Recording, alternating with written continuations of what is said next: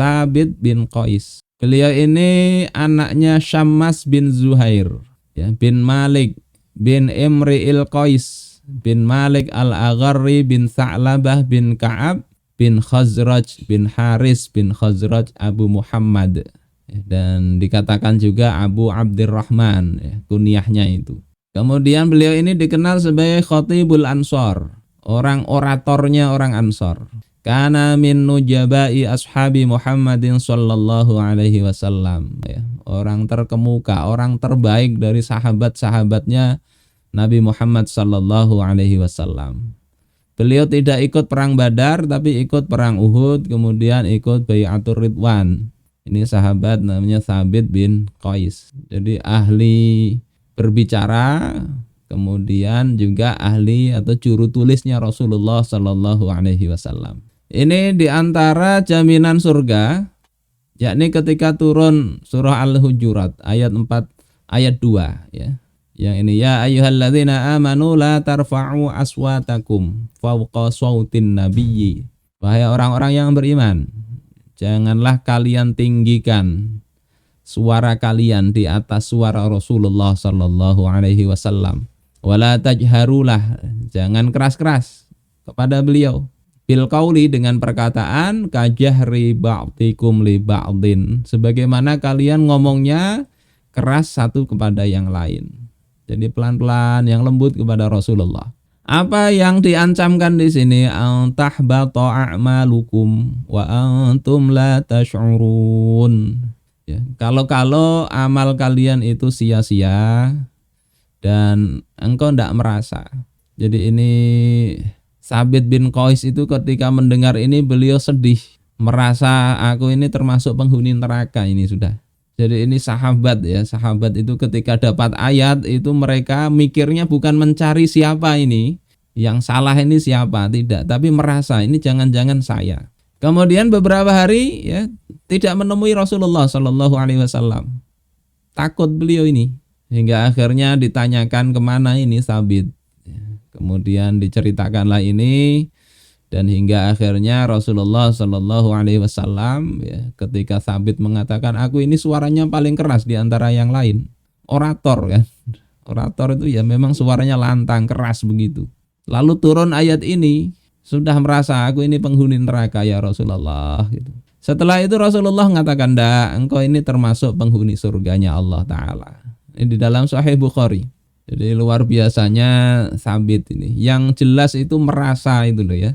Merasa beliau bercermin terhadap ayat, kok sepertinya saya kurang cocok. Nah, ini sikap yang bagus. Sikap yang tidak bagus itu ketika ada ayat-ayat celaan kita merasa diri kita selamat.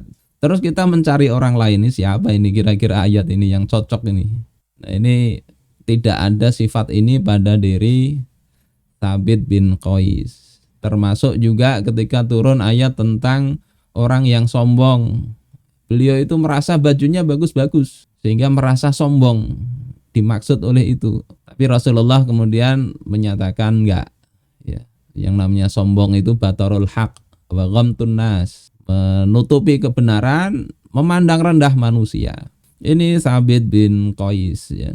Kemudian diriwayatkan juga Rasulullah berkata terkait dengan Thabit ini, ta'ishu hamidan. Ta'ishu hamidan. Beliau ini, engkau hidup secara terpuji. Wa tamutu syahidan. Engkau akan mati dalam keadaan mati syahid. Wa yudkhilukallahul jannata bisalam.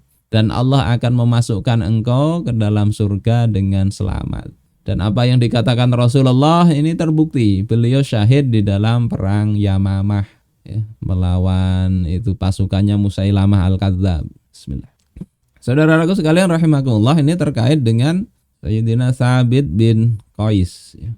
Terkait dengan keluarga, beliau ini punya 3 istri dan 7 orang anak. Ya, istri pertama ini Jamilah binti Abdullah bin Ubay bin Salul al-Ansari Al-Khazraji.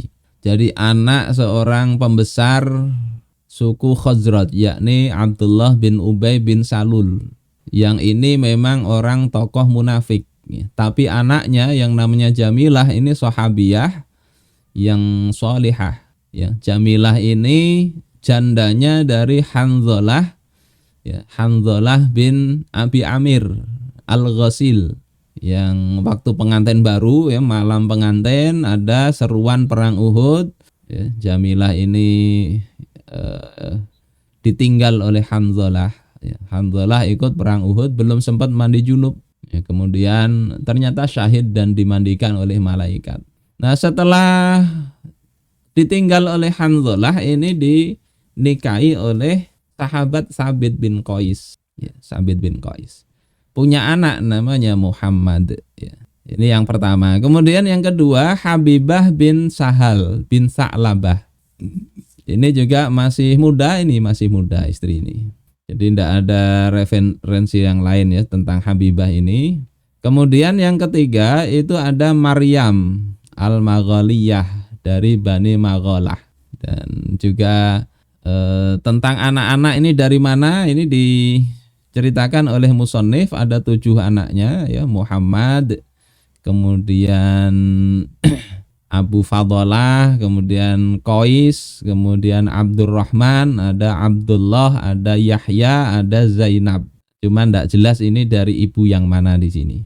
Saudara-saudaraku sekalian rahimakumullah, yang kemudian jadi pelajaran juga dari keluarga Sabit bin Qais ini adalah awal adanya khulu, yakni istri meminta cerai dengan membayar tebusan, yaitu awalnya dari keluarga Sabit bin Qais ini. Jadi yang pertama ini adalah terkait dengan Habibah binti Sahal. Jadi beliau ini suatu ketika keluar pada waktu subuh, ya, di dalam riwayat yang lain karena bertengkar dengan Sabit bin Qais, ya, dipukul oleh Sabit bin Qais, kemudian ya keluar dalam kegelapan bertemu Rasulullah Shallallahu Alaihi Wasallam.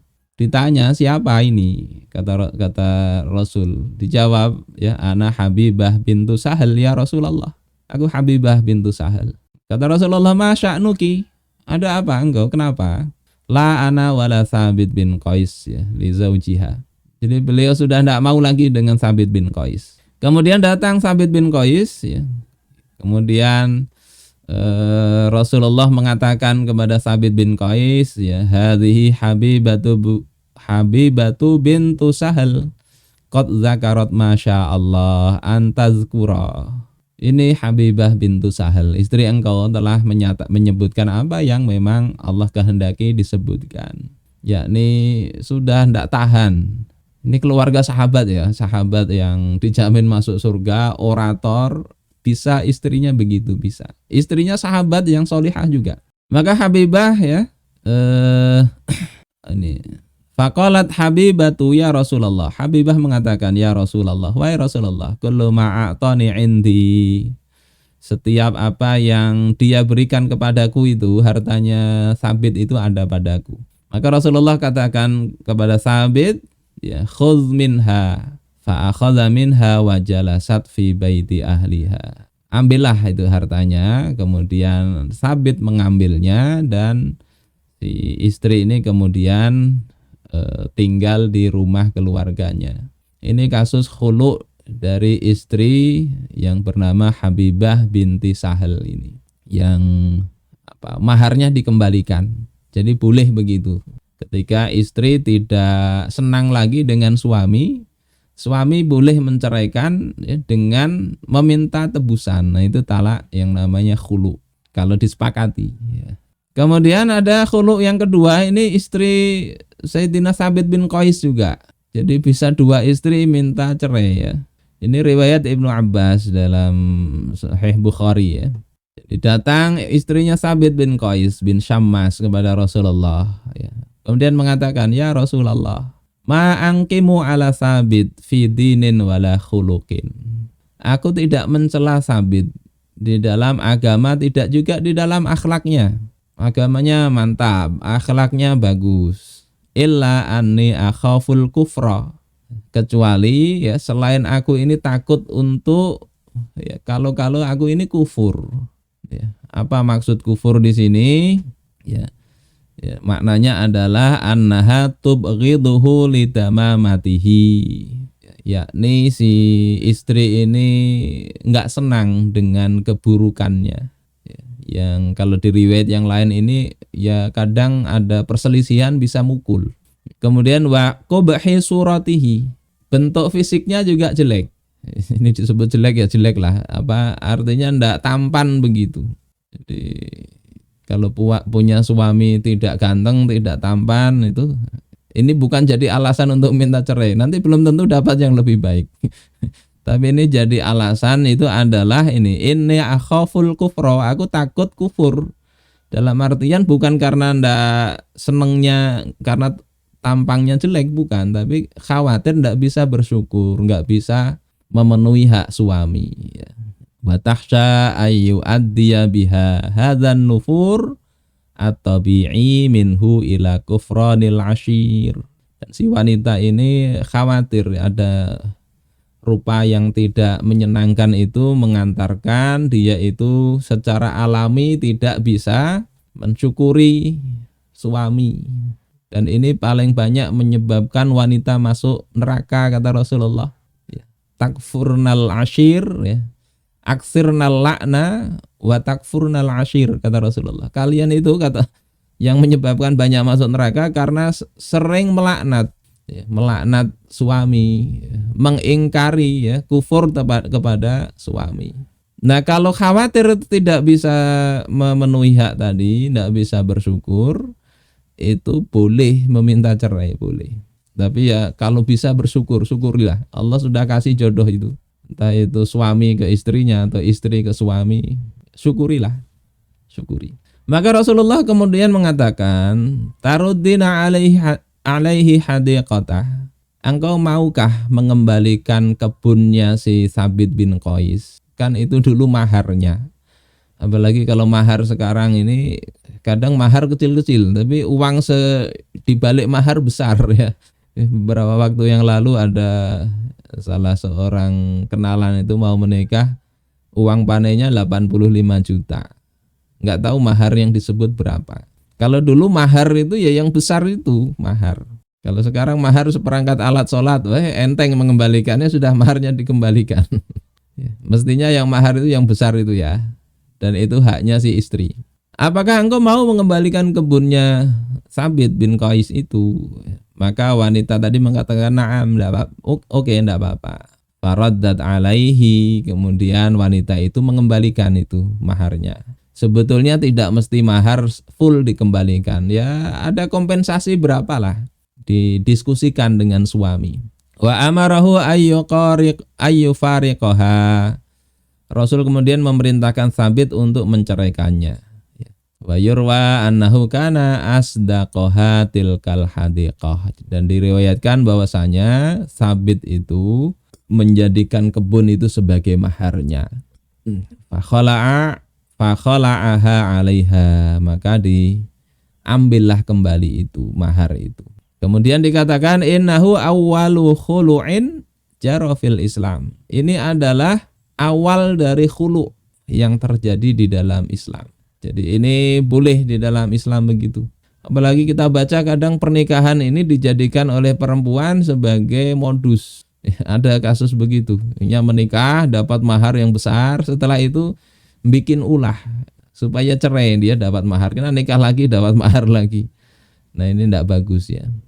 Syariat sebetulnya memberikan jalan untuk adanya khulu' ini. Saudara-saudaraku sekalian rahimakumullah, yang ketiga ini ada kasus bahkan bukan hanya khulu', tapi dalam riwayat ini tidak mau lagi menyusui anak. Dan di dalam Islam memang menyusui anak setelah perceraian itu bukan menjadi kewajiban istri.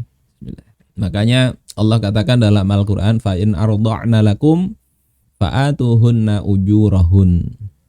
Kalau istri engkau itu menyusui anak untuk anak engkau, maka berikan upahnya.